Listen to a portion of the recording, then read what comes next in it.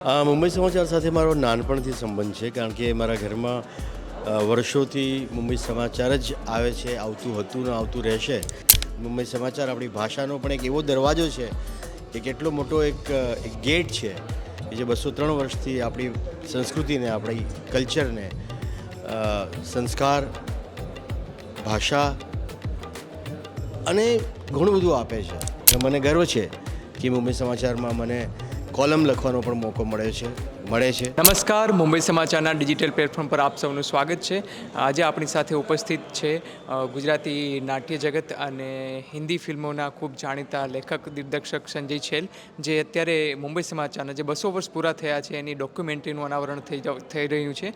એ પ્રસંગે અહીંયા આપણી સાથે હાજર છે, તો એમની સાથે વાત કરીશું કે મુંબઈ સમાચાર સાથે એમના શું અનુભવો રહ્યા છે અને ગુજરાતી વાંચકોને શું સંદેશો આપવા માગે છે. Yes sir.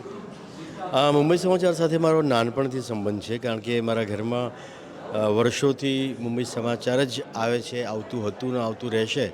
એટલે નાનપણમાં જ્યારે હું ફેન્ટમ એની કોમિક્સ વાંચતો હોય ત્યારે હું જે સમાચારો વાંચતો હોય, નાટકની એડ જોતો, જાહેરાત જોતો, થી માંડીને અલગ અલગ વસ્તુઓ જે છે મારા જીવનમાં જે ભાષાનું ઘડતર થયું છે, કે જે મારામાં સમજ આવી છે, એ બધી આમ જોવા જઈએ તો એનો પહેલો દરવાજો મુંબઈ સમાચાર છે. મુંબઈ સમાચાર આપણી ભાષાનો પણ એક એવો દરવાજો છે કે કેટલો મોટો એક ગેટ છે કે જે 203 વર્ષથી આપણી સંસ્કૃતિને, આપણી કલ્ચરને, સંસ્કાર, ભાષા અને ઘણું બધું આપે છે.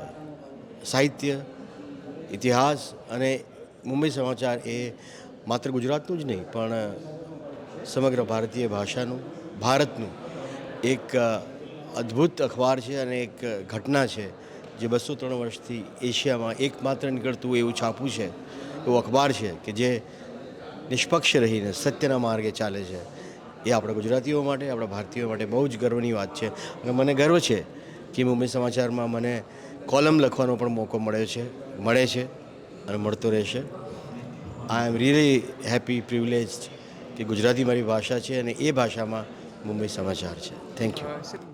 મુંબઈ સમાચાર સાથે આપનો કોઈ જોડાયેલો કિસ્સો હોય, ખાસ કિસ્સો કોઈ કે જે તમને યાદ હોય કે એક વાંચક તરીકે કે આ વાંચ્યું હતું અને તમારી સાથે કોઈ જોડાયેલો પ્રસંગ હોય કોઈ? વેલ, મને સૌથી પહેલાં તો નાનપણથી વાંચ્યું એટલે ઘણા બધા કિસ્સાઓ છે. મારા પપ્પા છેલ પરેશ નાટકોમાં સેટ ડિઝાઇનર હતા, એટલે 600-700 નાટકોમાં અમને સેટ્સ બનાવ્યા.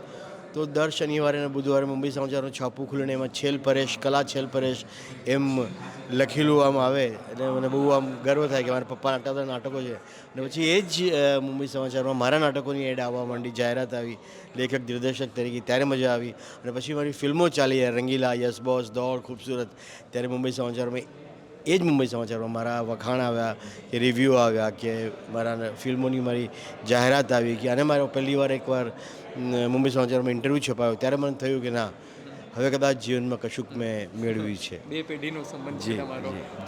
સર, તમે ગુજરાતી ભાષાના દર્શકો, વાંચકોને શું સંદેશો આપવા માગશો? હું એ જ સંદેશ આપવા માગીશ, ગુજરાતી ભાષાને જાળવો, જીવો, વાંચો અને દરેક ગુજરાતી ઘરમાં મુંબઈ સમાચાર જેવું એક છાપું, એક અખબાર આવવું જ જોઈએ, જેથી આપણી ભાષા, સંસ્કૃતિ, આપણું કલ્ચર જળવાઈ રહે.